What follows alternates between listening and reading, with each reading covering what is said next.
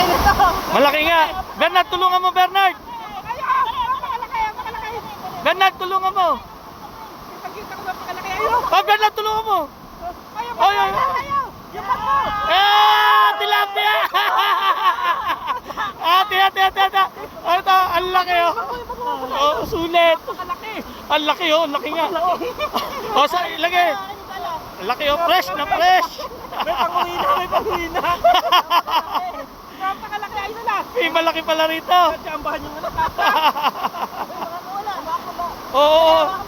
Ingatan nyo. Sulit.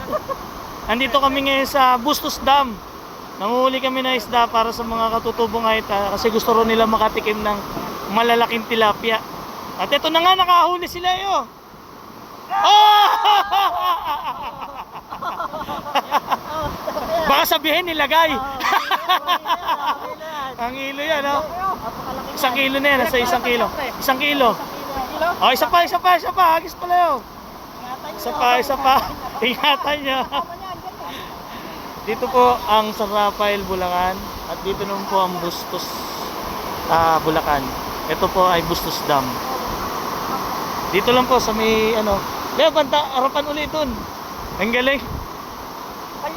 Isang hagis pa, makakahuli pa uli yan. Pre, kanina pa ako nag-hagis dito, wala akong nahuli, tapos yung isang balik sa akin ha. Hindi ka raw kasi marunong. Sabay na yung di marunong. Tingnan natin kung may huli sa'yo. Wala yan. Wala yan. Para si Tata Leve yung sumasagutan Wala yan. Oh. Wala nga. Sige Leo, hagis.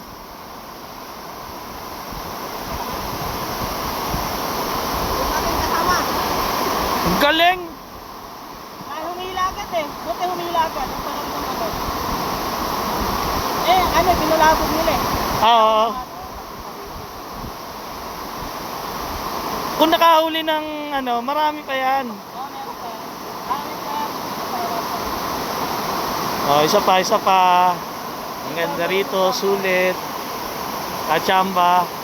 Itong isa. Tingnan natin kung makakahuli to. Tingnan natin kung makakahuli. Sige. Aba, kailan pa natuto maghagis ng dala yan? Hindi na marunong maghagis yan Ay,